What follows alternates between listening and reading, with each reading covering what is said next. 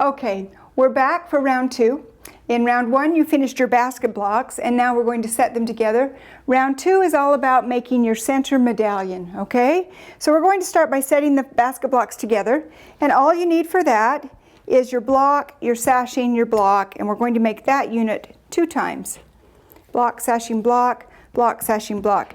This one I've already started sewing. I've got one seam done, and I started this seam, but I wanted to show you something before I finish it because this is a good example. As I'm sewing, you can see I've started the seam, and see my red thread here. I'm sewing down this line, and as I'm coming towards this next block, you can see the intersection of the threads right there. Sorry, so I hope you can see that better. So that the seam line from the previous sewing has the red thread there, so you can see it. Now I'm going to angle this, or watch this as I approach this, so that I keep my thread just to the side, the seam line side of the intersection of those 2 seams. If I sew right exactly on the seam, on the intersection, right exactly on the cross point, then when I open this block up, it may cut off that point a little bit because it takes a little bit of, some of that fabric is lost in the fold. So I always try to sew just a teeny bit, like a needle width, on the inside of the intersection of the 2 seams. So let's take this to the sewing machine and finish that little seam. It's kind of handy to sew with thread that doesn't match because then you can see really well. But of course you'd normally be using a neutral thread or something that matches. So you can see I'm approaching this intersection, and I'm going to sew. I want my seam to hit right there. I don't want it to be right on the exact intersection, so that I can open that up and have a perfect point that isn't cut off. Now let's see if that worked. It's always good if what you said works. Okay, so I've opened this up. Look at that. You can see the point of my little basket block right there. We'll take it to our pressing surface. I'm going to set the seam into the fabric to make a nice crisp seam. Open that up, press it open with my long flat side of my iron. Looks great. Have a few straggly threads, but the blocks look pretty straight. You can see that we're now going to sew the next section together, and you might think, well, how come we're doing 2 exactly the same? But when you put them together, we're going to have the blocks opposite each other. So you do 2 units the same. And I'm going to check the measurement on this. As I told you before, I always check to see, am I measuring the right distance so that each of my elements of my quilt will go together correctly.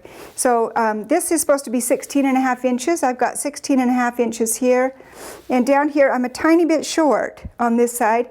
This is 16.5 here. Not much, but a tiny bit. So I'm going to put a pin in this side, just to remind me, like I did before. I've got pins on these blocks, do you remember from section 1, that these are a little short on this side, but they're not being sewn into this seam, so it doesn't matter right now. So I'm going to go ahead and put those together. We'll just quickly sew these together. Now, you can either place your sashing piece on top of your block, like I've got it here, or place the block on top, and I prefer to put the block on top, and the reason is so that I can see these seam lines when I approach them. I can see the intersection. Now this first one is pressed up, so I can't see the intersection as well, but I can open it up and just judge. If it's about a 1/4 inch away, I'm looking good there. So I'm going to hold it down with my tailor's awl so that I don't run over it and open it up. And then this second one, I can eyeball exactly where I want my seam to go there so that I don't cut off those points. Zip down here. Okay. And then let's sew this next block on to the other side of the sashing. Check to make sure you're doing the layout correctly. Many of us have spent some hours with our seam ripper, haven't we?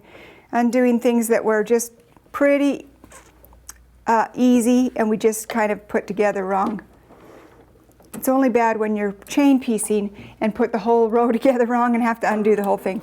That's the point where you decide to design a different quilt.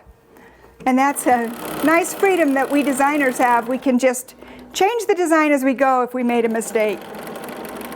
And you certainly can do that too. There's no rules, right? Do what you want, what makes you happy. There we go.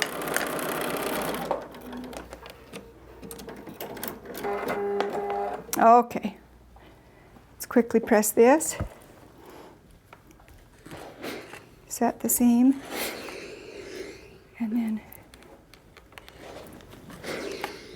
I like to use steam. I know some people don't like steam, but I love it. I love how nice and crisp it makes my fabric, and I can make sure it just lays flat.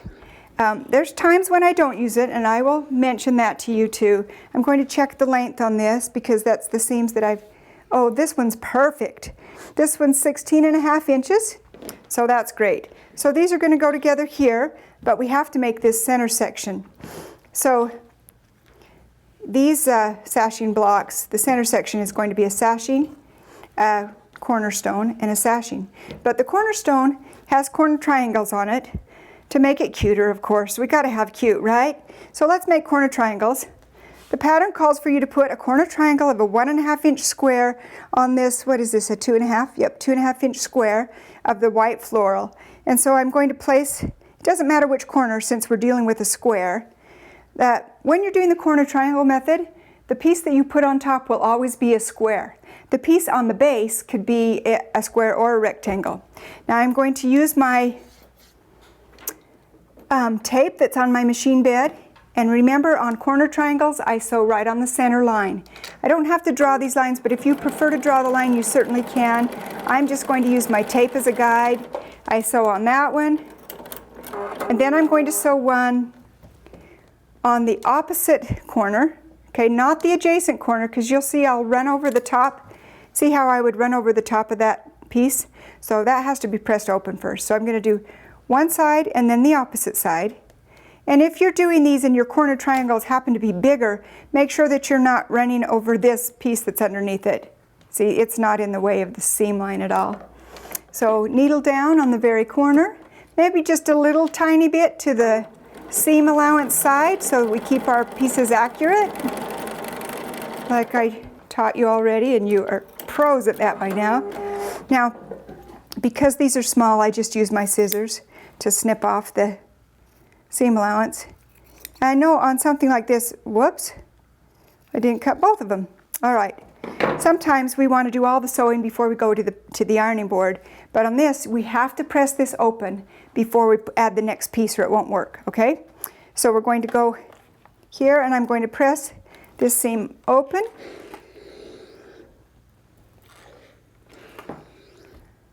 Get a shot of steam.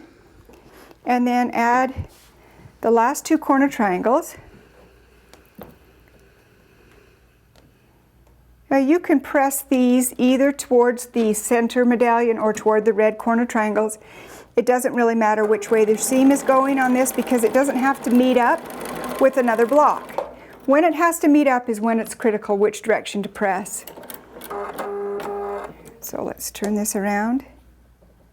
Do this and see how easy that is without having to stop and draw those lines on the back of these squares.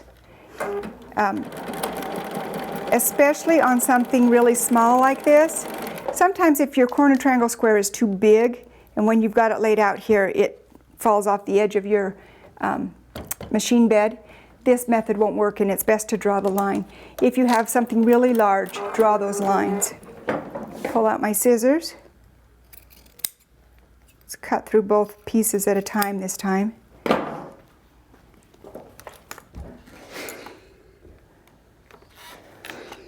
Oh, look how cute it is. Now, we started with the 2.5 inch square, right? So now that we've added corner triangles, we want it to still be 2.5 inches. So let's grab a ruler here and measure that. Just for fun, see how accurate we are. 2.5. 2.5, imagine that. Okay, now I'm ready to put this in here. We're going to sew the short ends of these sashing strips to either side of our center cornerstone. I think that's what they're called. I guess you can call it whatever you want. Here we go. And I can see that seam line, so I'm not going to cut off the point. And then add this one.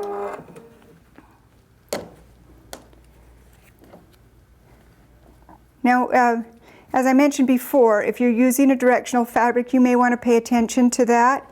I usually don't let it bother me too much, but if it's easy to change, I do.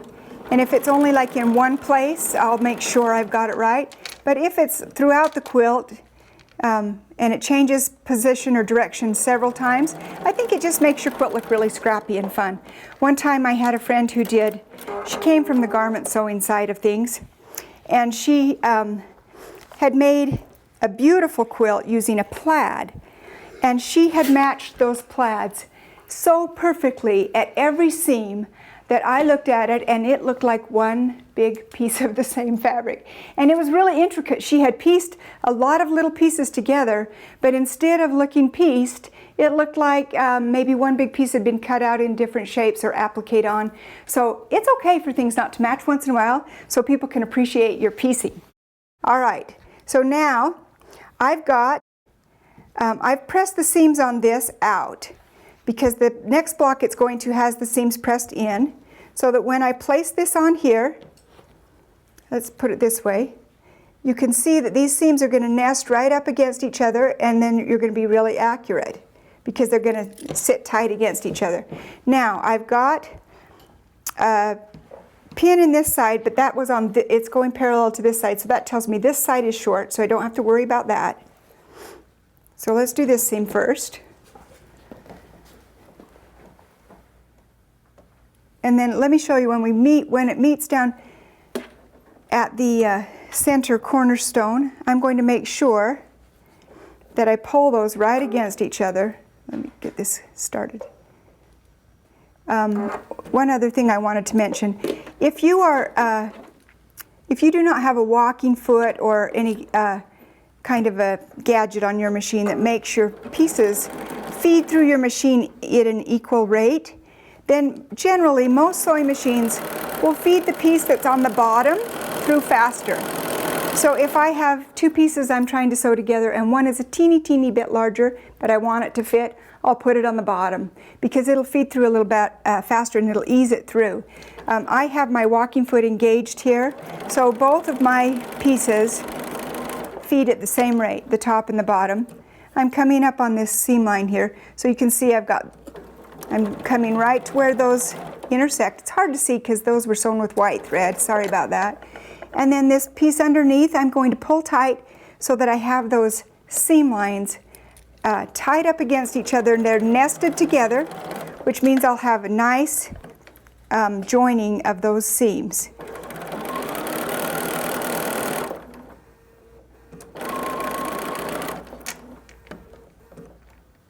Okay. I've got all my seams on the bottom this time, so I have to make sure they're going the right direction. Okay. Now let's finish sewing this block. I'm going to press this first before I sew the next piece on because I want you to see how well these match. So let's just come over here so you can see it. See how nice those corners match and those seams match? Now if you're off a little bit and it bothers you, you can unpick it, but don't get too worried about those little details. I want you to have the skills you need to do it correctly and to be able to if it's important to you. But I also want you to enjoy this and not be too worried about it.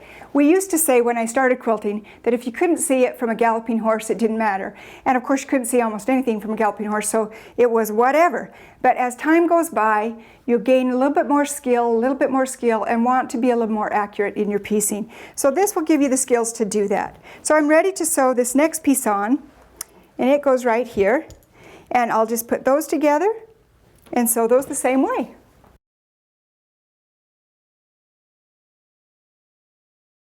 All right, I finished sewing these blocks together and I've already taken them to the ironing board and pressed them so they're ready to be squared up. They shouldn't need to be trimmed at all, but I just want to check to make sure I've got the right size. The pattern says that this unit should measure 16.5 by 16.5. Now, you'll notice that I have a square up ruler here that's 12.5 inches. It's not big enough to check the size on this. So I'm going to use another ruler with it. So I'm going to place my square up ruler in the corner of my block and then put my other ruler right up against it. And because they're precision rulers, they'll just snap right together. I have 12.5 inches here, so I need 4 inches on this other ruler, and I've got exactly 4 inches. It looks great. I'm just checking the size, going up this way. It looks great. All right, and I would do the same thing to check the other side. Okay, so now I'm ready to set this on point. We're going to turn our block so that it's on point, and sew those triangles. Now this is an intimidating piece for some people. So setting a quilt on point can be hard sometimes. What we do on this is we start with 12.5-inch squares of the floral print. I'm choosing to use the mini floral print on this one. The pattern calls for the larger scale floral in the white, and that would be beautiful as well, but this is just what I had, so that's what I'm using. I'm going to cut these in half on the diagonal. I've got them on top of each other, so I cut them both at once. This isn't a precision thing yet, so they don't have to be exactly exact, okay? So now I have 4 triangles. I'm going to take let's do this edge right here, my block, and first of all, here's my triangles are going to go like this. See that around my square? Oh, it's going to be so cute. Look how cute that is. Oh, I'm excited. All right, we'll start with 1. And in order to get it on here in the right place, you'll notice that my triangle is larger than my square. So do I start it here or do I start it here? No, what I want to do is match the centers. So in order to do that, I fold my triangle in half, and I'm just going to finger press it right there. You can take it to the iron if you want, and make a mark where where it is in half. And the same thing with my block. Just finger press that in half. You can put a pin in, whatever works for you. And then I'm going to match those up, those edges up, okay? Now, I'm going to put a pin right in there in the center, okay? This is about the only time I use pins. Sometimes I use them when putting on a border, but very rarely. But because my piece is bigger than the one underneath, I want to make sure I don't stretch. And the other thing is, this is a bias edge on this triangle. The pieces underneath are not on the bias, they're on the grain line. So they're not going to have as much stretch and give. So you have to be really careful. And it's a good idea to keep your bias edged pieces on top, okay? All right, now, before we move on, remember these 2 pins we put in this block because it was a little short on this side. So I'm going to turn it over just so you can see, so that you can see the underneath piece. Because this is a little short on this side, it was maybe a 1/16 or so off. I'm going to kind of pin it so that I can see that underneath piece, about a 1/16. I can remove this pin that was reminding me now. And just make it so that I lose that, pick up a pin, I lose that short edge of the block in the seam allowance here. So I'm just putting a couple pins. This side on this side was exactly exact, so we're just going to match those edges up straight. Okay, but see how I've got this edge a little bit offset from the block that's underneath it. And when dealing with bias, just kind of loosely place it, don't stretch it so that you don't pull it out of shape. Okay, then I only turned it over so you could see that. I'm going to turn it back and go to my machine, and now I'm going to sew a 1/4 inch away in a 1/4 inch seam allowance. And I have this extra little flag of extra fabric hanging off.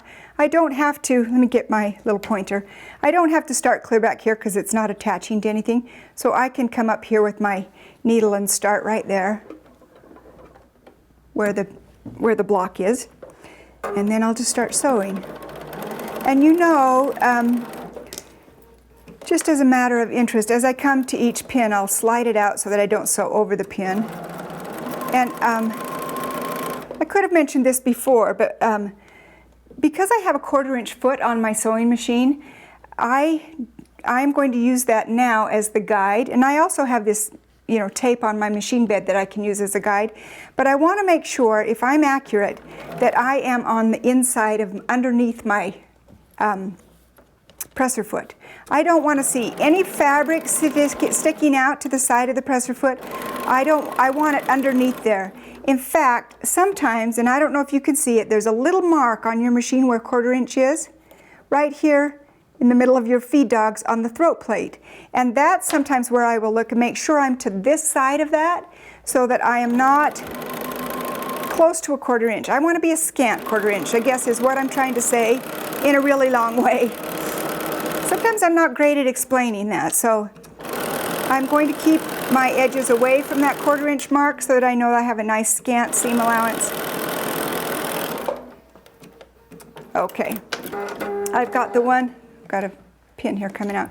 I've got the one side sewn coming to my pressing surface, and on this it's particularly important to set that seam in and make sure your piece is pressed in place because it's got the bias edge on it. Then we're going to gently open it up and press this open with the seams going outward. Oh my gosh, that looks superb. Okay, now you can see that I have extra flags of fabric sticking out here. Don't worry about that. Let's sew the other one on. Now, would you sew the side one on next or the opposite one? I think we're going to do the opposite. In general, it's best to do that rotation before you add new corners on. So one on one side, one opposite, and then we'll trim, and then we'll do the last two. So I've marked that in half. You see one more time, mark this one in half, and I've arranged this so that we've cut these a little bigger. You could even cut them bigger than this if you want. You're going to trim it down to be exactly the right size. I really like the technique of cutting bigger, trimming to be exact, and that makes your pieces come out exactly right. I'm matching these edges up exactly because I didn't have any pins in them that told me that I was a little short on any of the angles or any of the edges. Okay, I'm going to 1/4 inch seam it, pull out my my pins as I go, and keep that fabric underneath my presser foot. I don't want any of it showing because then my seam is too wide.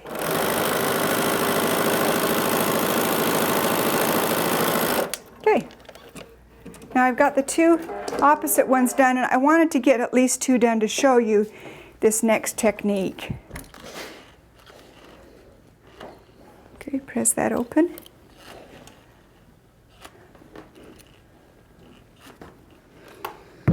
Okay.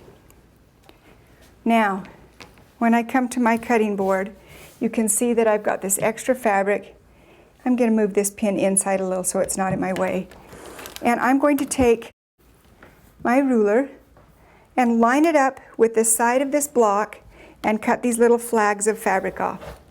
Okay, so that they're even with this edge. Same thing on this side. I don't want to cut this pin off. And because that pin is there, I'm going to remember that this block is a little bit short. So I'm going to move my ruler a tiny bit off of the block. This one's good, but on this side, about 1/16 of an inch, I'm going that way. That way my center medallion will be nice and square when I get done. Okay, so now I'm ready to add another triangle. And let me just show, very same method. Fold that in half, mark it. Fold this in half, I'm marking the center of the sashing here. And then, matching those, the long edge of my triangle to this edge with the centers matching, you can see now I'm going to sew all the way down and continue off of the block and into the setting triangle. It's still a little bit big, but it's going to be trimmed down after. So just sew all the way down that seam. I'm going to pin this and sew that one on, then sew this one on, and we'll be ready to trim this block down.